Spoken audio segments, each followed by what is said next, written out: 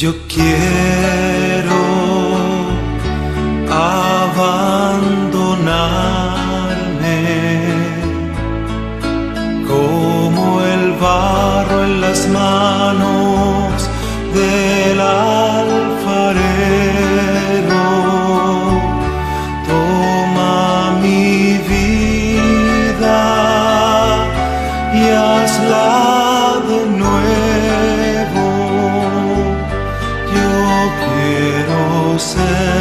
Yo quiero ser un vaso nuevo.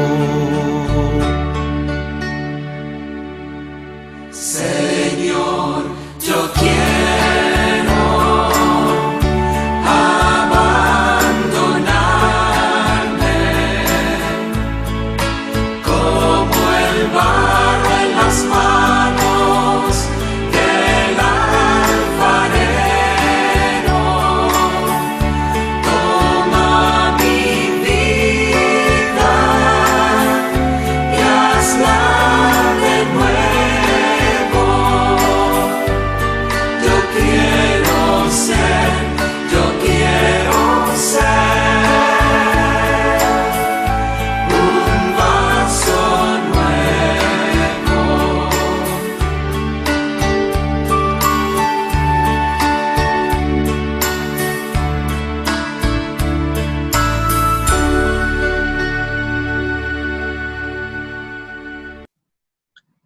Con la música nosotros nos acercamos a Dios cuando oramos y cantamos. Y en esta canción le pedimos que nos moldee, que nos transforme, que nos ayude a ser mucho más como Él. Que Dios nos bendiga por toda la creación y que la bendiga a ella también. En el nombre del Padre, del Hijo y del Espíritu Santo. Amén. Lección 3, el ensayo narrativo, y tenemos una lectura. Pero antes de la lectura, quiero hablar un poquito, hacer una introducción sobre el ensayo narrativo, ¿sí? El objetivo de un ensayo narrativo es interpretar. Con un ensayo narrativo, el ensayista busca interpretar una serie de hechos para darle sentido desde un punto de vista determinado, ¿sí? No hay un solo punto de vista, sino la intención que él tenga. Ya sea que se trate de un evento histórico, de sucesos de la actualidad, que se trate de un relato personal, o que el escritor debe recurrir a la investigación y a fuentes confiables, fuentes fiables, y debe desarrollar su relato de forma clara, coherente, con el objetivo de persuadir al lector. Es decir, que cuando escribimos un ensayo narrativo, nosotros debemos tener en cuenta a nuestro lector.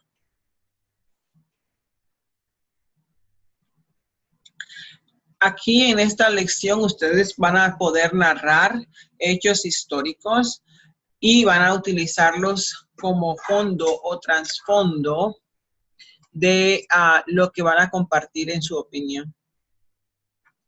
Esta mujer, esta foto que ven aquí, es Isabel Allende y es la escritora del ensayo que tenemos para hoy.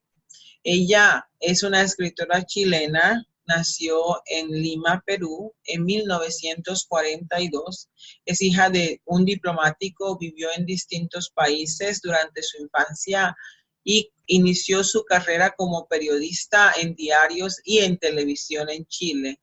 Pero 2 años después del golpe de Estado que dio el general Pinochet, Augusto Pinochet, ella se exilió con su familia en Venezuela. En 1981, cuando ella se enteró de que su abuelo estaba agonizando, iba a morir, ella empezó a escribirle cartas y todas esas cartas formaron lo que fue su novela más famosa, La Casa de los Espíritus. Fue un éxito enorme. A partir de entonces, ella continuó publicando libros de gran popularidad, como Eva Luna, también cuentos de Eva Luna, de amor y de sombra, el plan infinito. Tiene muchísimos libros publicados esta mujer. Sus libros, imagínense que sus libros han sido traducidos a 35 idiomas y ha vendido más de 57 millones de ejemplares. Y 2 de sus novelas han sido llevadas al cine. La Casa de los Espíritus es una. Desde 1987, cuando se casó con su segundo marido, se mudó a California y en 1993 se hizo ciudadana americana. Esta mujer la encontramos en los medios de comunicación mucho y quiero que ahora la vean y quiero que ahora más o menos tengan un sabor y una familiarización con ella. Vamos a oír un poquito nada más de este video. But I became a fiction writer rather late, when I was almost 40. Before I was too busy raising a family and working for a living. Women of my generation in Chile were not supposed to be creative or successful. That was a man's destiny. We were supposed to behave nicely, be fervent Catholics, reliable mothers, faithful wives, of course, and good citizens. No wonder I grew up rebellious and defiant. At 15, I acted like an angry brat, but inside, I was scared and vulnerable, and I longed for romantic love, like most girls in the 50s. Oh my God, the 50s, it sounds like the pyramids. That explains why I fell in love with the first young man who looked at me twice. I clung to him like a crab and married him at 19.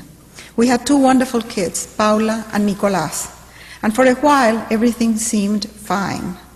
I worked as a journalist in a feminine magazine and TV programs. I also wrote some humorous columns for newspapers and magazines. Let me tell you, I'm very funny in Spanish. I was a lousy journalist. I could never be objective. I lied most of the time. And if I didn't have a story, I made it up. Does it sound familiar? Yeah. Well, at least I was never caught. I should have been a fiction writer from the very beginning, but I didn't even know that women could be writers. The writers I read were all male. I had heard of some female authors, mostly British spinsters. They were dead. They had committed suicide. In Chile, we had a female Nobel laureate, the poet Gabriela Mistral, but she looked like a man, and not a very handsome one. I didn't have a lot of role models. Esa es Isabel Allende y su ensayo Una bandera rota y embarrada es el que vamos a leer. Este ensayo fue publicado en marzo del 2010 en el diario español El País. Chile acababa de sufrir un grave terremoto y fue seguido ese terremoto de un tsunami. Y la escritora entonces viajó a Chile para participar en una teletón, para recoger fondos, recaudar fondos para ayudar a las víctimas de esas catástrofes. Y fue allí donde empezó el proceso de elaboración de este ensayo. La pregunta de ahora es, ¿recuerdan desastres naturales que hayan tenido repercusión mundial, chicos? Aquí tenemos algunos, ¿sí? En Ecuador, un volcán que hace erupción. En las Islas Canarias tenemos un incendio forestal. En Oklahoma tenemos un tornado. En Pakistán tenemos inundaciones, ¿sí? Aquí tenemos un ciclón en Bangladesh y otro tornado en Wright, Colorado, me imagino.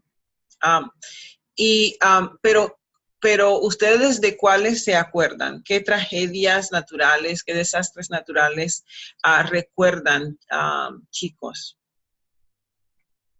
La segunda pregunta es acerca de la reacción de la gente. ¿Cómo actúa la gente después de una catástrofe?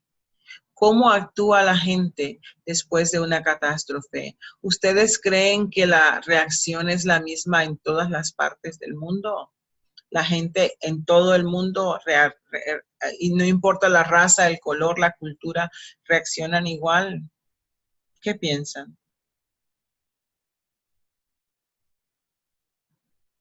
Bueno, mientras piensan en eso, les voy a traer aquí una bandera rota y embarrada. Embarrada es sucia, ¿sí? Y rota, bueno, que no está entera, que se ha roto en pedazos, que se ha partido en pedazos. Escuchemos. Una bandera rota y embarrada. El terremoto que ha asolado Chile ha sacado a la luz lo mejor y lo peor de su sociedad, la solidaridad y el pillaje, el coraje y el dolor, el nuevo desarrollo y la enorme desigualdad económica entre ricos y pobres. La imagen que simboliza el terremoto en Chile es una bandera chilena destrozada que un joven extrajo de los escombros de su casa. Vengo llegando de Chile, donde fui de carrera a participar en la Teletón Chile Ayuda a Chile, una cadena nacional de 27 horas cuyo objetivo era juntar el equivalente de $30 millones. Se lograron 60 millones. Hasta los damnificados que quedaron sin nada aportaron unas monedas. Ese ejemplo de solidaridad levantó el ánimo del país. La destrucción se nota apenas aterriza el avión en Santiago. El aeropuerto estuvo cerrado un par de días porque se desmoronaron pedazos del techo y hay grietas estructurales serias, pero pronto levantaron carpas y se organizaron para atender con la mayor normalidad posible. Esperamos casi 2 horas para hacer inmigración, pero al salir, 6 días más tarde, el sistema era mucho más eficiente, aunque todavía los pasajeros hacían cola en el calor, sin aire acondicionado ni agua, y debían esperar horas sentados en el suelo. Nadie se quejaba, y el personal trabajaba amablemente. Siempre me maravilla la calma, el orden, la buena voluntad y ese buen humor estoico de los chilenos en tiempos de catástrofe. Después de la mortandad de Haití, el terremoto en Chile no ha causado el impacto en el mundo que habría tenido en otras circunstancias. Es uno de los más fuertes registrados hasta ahora. Duró varios minutos. Ha tenido más de 200 temblores posteriores y lo que no se cayó con el remesón se lo llevó el tsunami. Hospitales, escuelas, comisarías, puentes, caminos, miles y miles de viviendas, todo en el suelo. Las imágenes de televisión no pueden dar una idea aproximada de la destrucción. Hay pocos muertos dada la tremenda destrucción, en parte porque el país tiene códigos de construcción muy severos y en parte porque tenemos experiencia en este tipo de catástrofe. Apenas empezó a temblar, la gente en la costa corrió a los cerros. No hicieron lo mismo los turistas o los afuerinos. Todavía no hay electricidad, comunicaciones, teléfonos o agua potable en muchos lugares. A las pocas horas del terremoto dejaron de funcionar los celulares porque se agotaron las baterías y no había electricidad para cargarlas. Incluso las comunicaciones de las Fuerzas Armadas y Carabineros fueron traicionadas por la tecnología. Mucho BlackBerry, pero a la hora de la verdad parece que los métodos antiguos, como radioaficionados, eran más eficientes. En la isla Juan Fernández, que sufrió el impacto mayor del tsunami, solo murieron 6 personas porque una niña de 12 años corrió a tocar la alarma cuando vio que el mar amenazaba. Así despertó a la población, que alcanzó a ponerse a salvo en los cerros.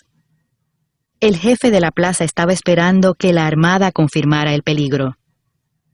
Hay 1000 historias de coraje y de dolor que me hacen llorar al recordarlas, como una madre a quien el tsunami le arrancó de los brazos a 2 niños pequeños y todavía anda buscando los cuerpos. o el abuelo llorando por su nieto entre las ruinas de su casa, o las miles de mascotas que deambulan hambrientas y desorientadas en lo que antes fue un pueblo. Berta, la mujer que ha trabajado en casa de mis padres por 34 años y es más querida por ellos que cualquiera de los hijos o nietos, es de Iloca, uno de los pueblos arrasados por el mar. Su familia perdió todo y varios de sus parientes aparecieron en la televisión mostrando la devastación. Habían levantado un techo y hervían agua en una fogata para ofrecer té a vecinos, periodistas y carabineros. En eso llegó un camión con adolescentes que habían juntado manzanas, frazadas, salchichas para esa gente en pijama que no había comido desde el día anterior. Uno de esos adolescentes era mi sobrino. Esto ilustra cuán de cerca nos golpeó a todos. En Santiago y otras ciudades la gente hacía donaciones de comida, pañales, medicinas, agua, etc. Se hacían colectas en las calles y ciertos bancos estuvieron abiertos noche y día para recibir depósitos. En algunas escuelas los chicos recibían las donaciones, otros empaquetaban, luego llevaban las cajas a los camiones. A cierta hora vi salir 40 camiones con banderas chilenas, tocando bocinas, rumbo al sur. Y después vi en televisión la llegada a los campamentos de emergencia, donde eran recibidos con lágrimas, abrazos y la infaltable tacita de té, símbolo de la hospitalidad chilena. Hay innumerables anécdotas de valor y solidaridad, pero la prensa extranjera ha publicado más que nada sobre el pillaje. Es cierto que se cometieron desmanes en algunas ciudades antes que la presidenta Michelle Bachelet sacara el ejército a la calle e impusiera el toque de queda. Parece que la mayor parte del pillaje fue cometido por bandas organizadas, los mismos maleantes que trafican drogas y cometen otros delitos. Muchos han sido identificados. La policía allanó los sitios donde habían acumulado televisores, lavadoras, muebles, licores y otras cosas, y se recuperó una buena parte. La presidenta ha dicho que serán procesados. Otros ladrones de última hora, que no son profesionales del delito, devolvieron lo que se habían llevado, por vergüenza. No puedo menos que hacer la comparación con lo que ocurrió el 11 de septiembre de 1973, el día del golpe militar, cuando bombardearon la casa del presidente Salvador Allende en la calle Tomás Moro, y luego los vecinos, gente pudiente del barrio alto, se robó lo que pudo, desde cuadros hasta fotos familiares.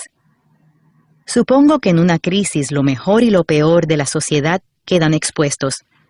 En este caso, la desigualdad ha quedado en evidencia. Chile ya no se considera un país en desarrollo. Su crecimiento económico lo ha colocado entre las naciones del llamado primer mundo, pero la distribución del ingreso y de los recursos es una de las peores.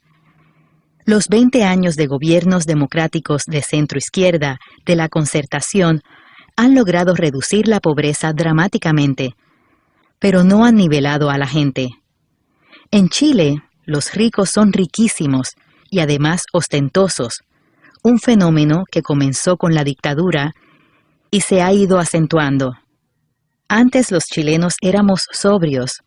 No había nada más kitsch que la ostentación. Este desequilibrio crea resentimiento social y violencia. Michelle Bachelet terminaba su presidencia con el más alto porcentaje de aprobación de nuestra historia cuando ocurrió la catástrofe. El nuevo presidente es Sebastián Piñera, un billonario de derechas que llega al gobierno con un equipo de empresarios jóvenes formados, en su mayoría, en universidades americanas. El discurso político y los valores cambiarán. Este es el chiste de actualidad. Bienvenido a Chile, atendido por sus dueños. El golpe brutal sufrido por el país puede ayudar a Piñera porque dará empleo a la reconstrucción, habrá ayuda y créditos internacionales, Los trabajadores postergarán sus demandas y la oposición tendrá que colaborar con el gobierno. 2 semanas después del terremoto, los chilenos están de pie. Han superado la depresión y el miedo de los primeros días y se aprontan para reconstruir. Estamos acostumbrados a los coletazos de la naturaleza. Vivimos en el país más bello del mundo, pero expuestos a terremotos, tsunamis, inundaciones, sequías y de vez en cuando cataclismos políticos. Nunca somos mejores que en tiempos de crisis, cuando desaparece nuestra arrogancia y mezquindad, pero pronto se nos olvida y volvemos a nuestras malas costumbres. Sería estupendo que esta vez permaneciéramos unidos y generosos una vez que pase el estado de emergencia. Tal vez el abrazo de Michelle Bachelet con Sebastián Piñera en la Teletón sea un buen augurio.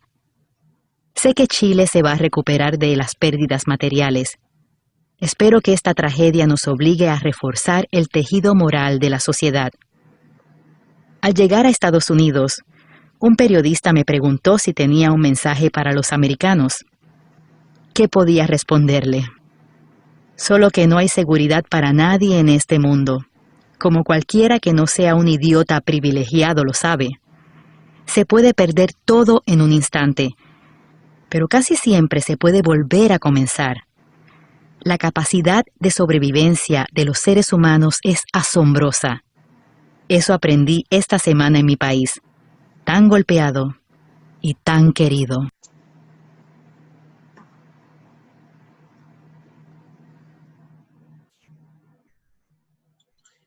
Chicos, este es el ensayo que quería presentarles. Ojalá que lo hayan disfrutado y que lo hayan comprendido. Vamos entonces a trabajar en un análisis a través de preguntas, ¿ok? El título, ¿qué conexión, qué sentido y símbolo da el título? Recuerden que el título es Una bandera rota y embarrada, ¿sí?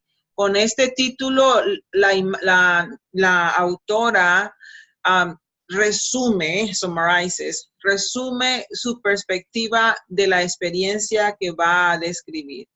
Esta es una imagen en donde va a haber dolor, tristeza y destrucción. Entonces, ahí está el sentido de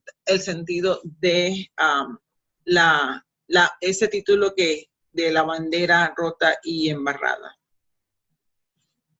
Esa imagen que pensamos que tenemos en la cabeza cuando oímos este título, de una bandera sucia, de una bandera destrozada, ¿a qué nos dice sobre la visión, sobre la perspectiva que tiene Isabel Allende en cuanto a lo que ha ocurrido, al respecto de lo que ha ocurrido? Lo que quiere decir es que con todo lo que ha pasado en el país, mucho se ha roto, ¿sí? Se ha perdido la bandera, que es un símbolo patrio, y así rota está la vida del país. Todo el país está siendo representado en esa bandera rota y embarrada que encontró un hombre debajo de los escombros. En las líneas 55 a las 57, veamos, 57, vemos que la ensayista escribe esto. En eso llegó un camión de adolescentes que habían juntado manzanas, frazadas, salchichas para esa gente en pijama que no había comido desde el día anterior. Uno de esos adolescentes era mi sobrino. Esto ilustra cuán de cerca nos golpeó a todos. La pregunta es, ¿qué aspecto de la sociedad chilena expresa este ejemplo? Y la respuesta es que con esta imagen se puede ver la solidaridad incondicional, el deseo de ayudar y del deseo de colaborar que tienen todos los chilenos. En este momento de tragedia no hay distingos, no hay distinción de edades, raza, género, no hay diferencia de clase social. A la hora de dar la mano a las víctimas del terremoto, nada los va a detener. Y eso es lo que ilustra este pasaje, porque no detuvo ni a los adolescentes, a los chicos no los detuvo, ellos también vinieron a ayudar. Ese terremoto pone en evidencia algo y que nos presenta la narradora. ¿Y qué es lo que nos evidencia? Bueno, cuando ocurrió el terremoto en Chile y tuvieron esta experiencia y empezaron a ayudar a las víctimas, eso sacó a la luz lo mejor y lo peor de la sociedad chilena. Lo mejor, la solidaridad. Lo peor, el pillaje. Lo mejor, el coraje. Lo peor, el dolor. Lo mejor, el nuevo desarrollo. Lo peor, la desigualdad enorme económica entre ricos y pobres.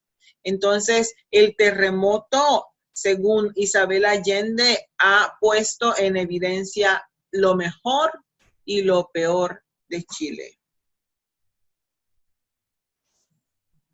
En esta pregunta vamos a reflexionar sobre una expresión en particular, a la hora de la verdad, a la hora de la verdad, ¿sí? En el momento más importante. Esta expresión está relacionada allí con la tecnología. Pero, ¿qué quiere decir? ¿Cómo se entiende esto de que a la hora de la verdad falló la tecnología?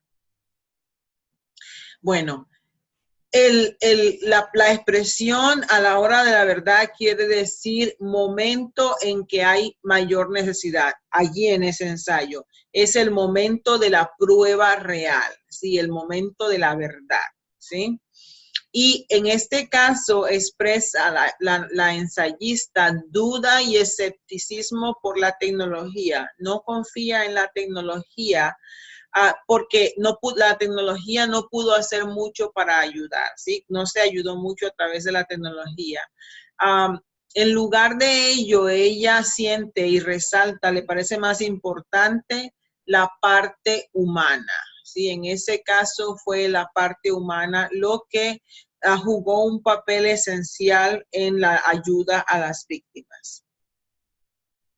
Y en la pregunta número 6, que otra vez usando la hora de la verdad, ¿qué ocurrió? ¿Qué pasó a la hora de la verdad en Chile? Y esto es lo que pasó a la hora de la verdad. A la hora de la verdad, los métodos antiguos como los radioaficionados eran más eficientes que la tecnología. A la hora de la verdad, una niña de 12 años, la parte humana, salvó a toda una población cuando ella hizo sonar la alarma y despertó a todos. A la hora de la verdad, hubo mucho coraje, mucha valentía, mucha fuerza para impulsar la ayuda. A la hora de la verdad, muchos empezaron a servir, a socorrer las víctimas.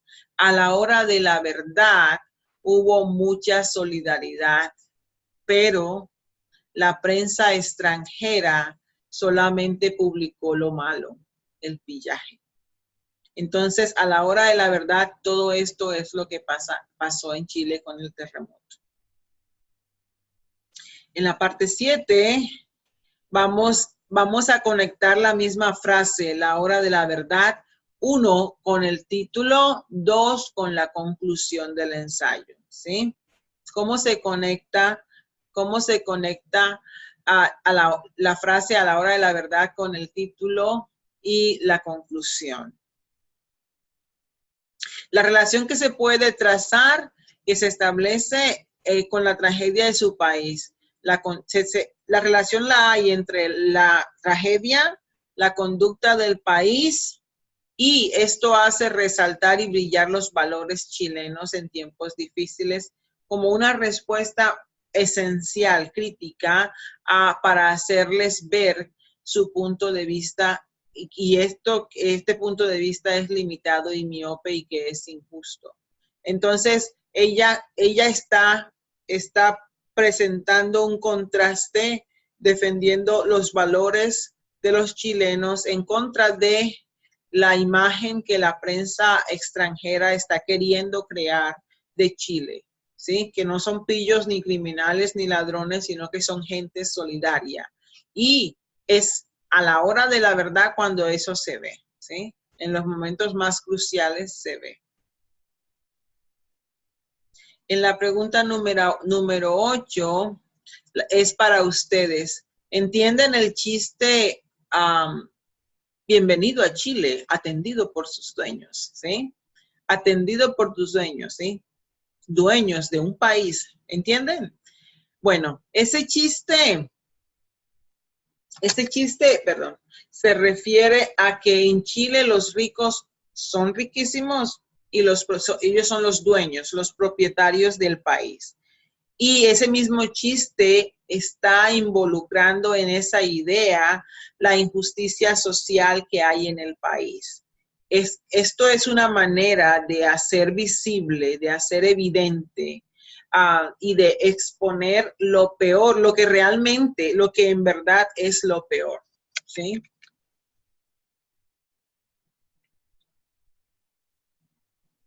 Y en la pregunta número 9, ya casi vamos a terminar con este análisis,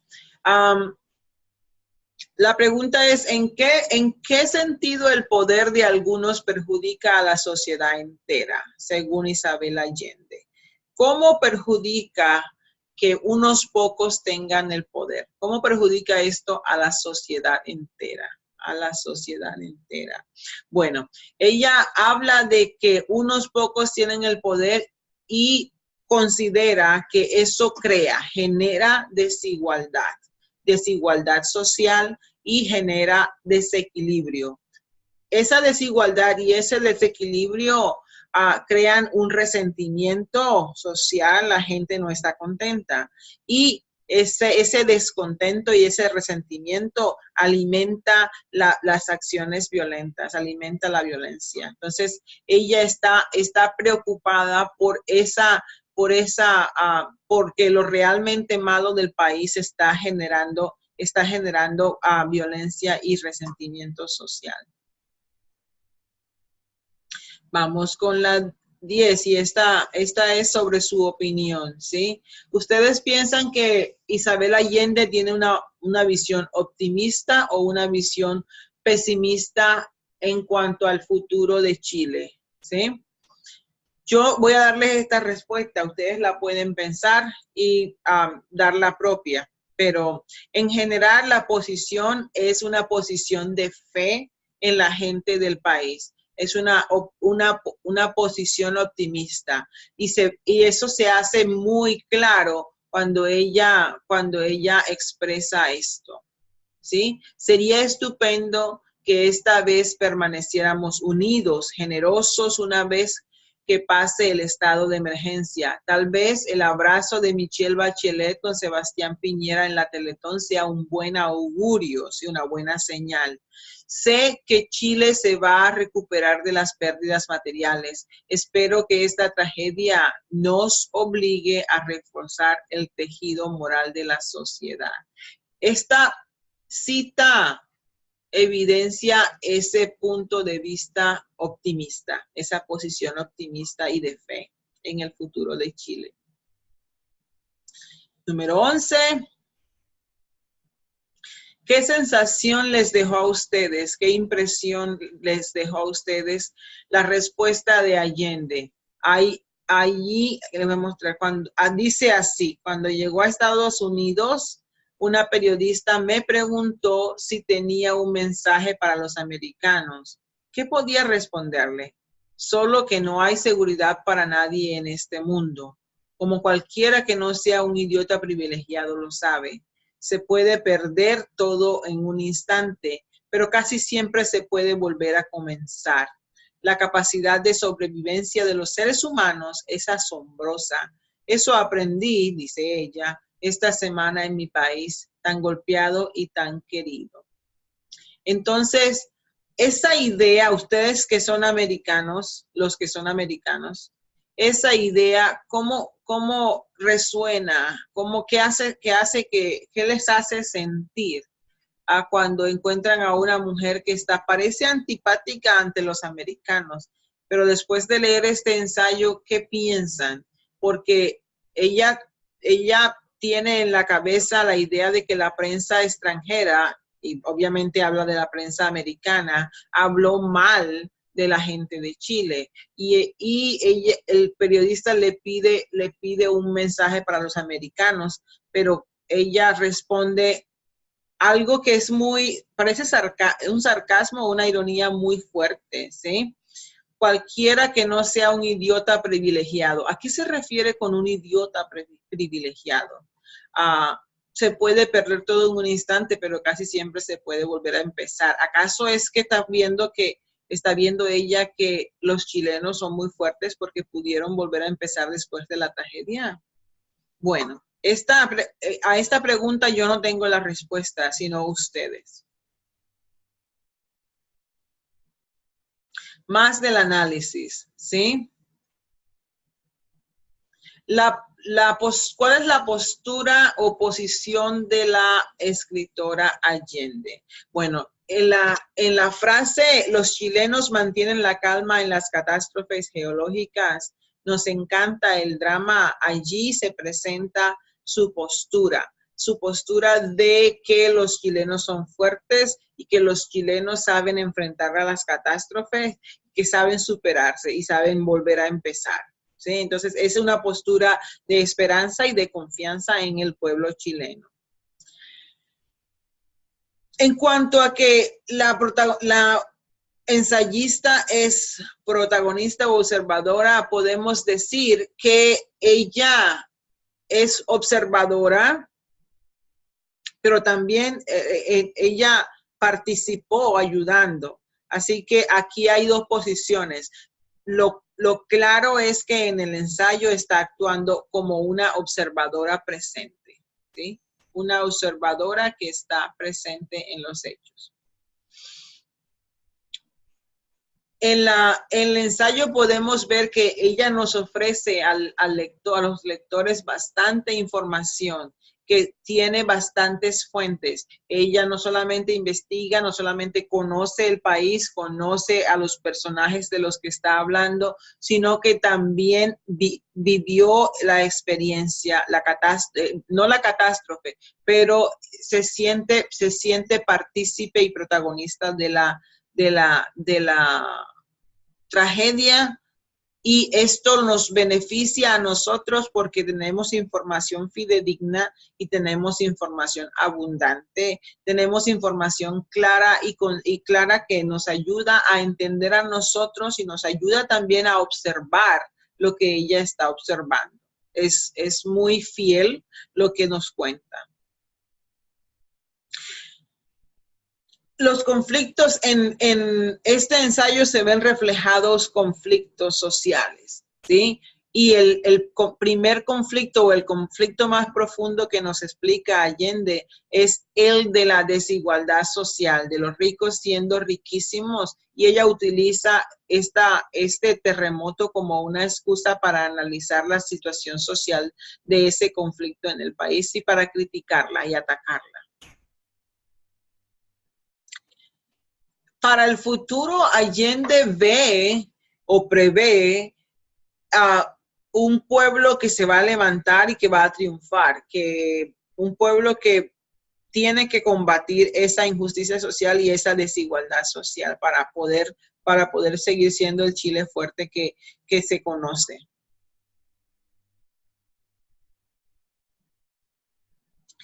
Y esa interpretación que ella da, esa postura que ella da, está muy influenciada por su esperanza en el futuro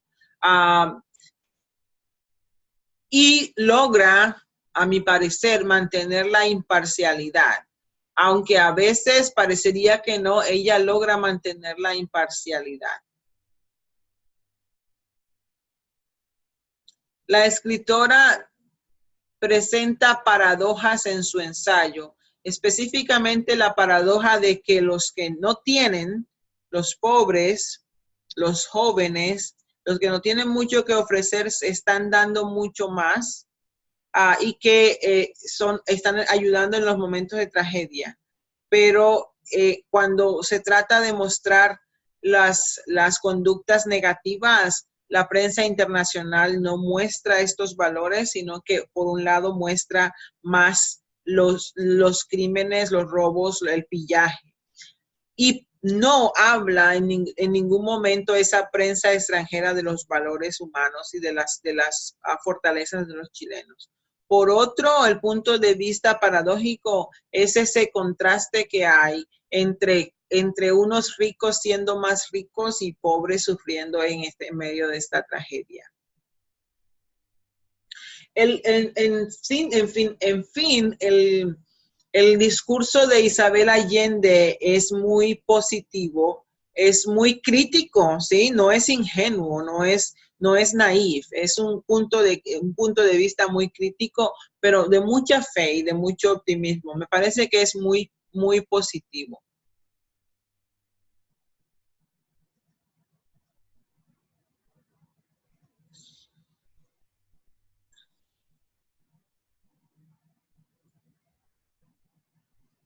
Aquí está pasando algo. Ok. Y hasta aquí, chicos, terminamos con el ensayo narrativo y la muestra y el análisis de este ensayo narrativo. Ahora los invito. What did that happen?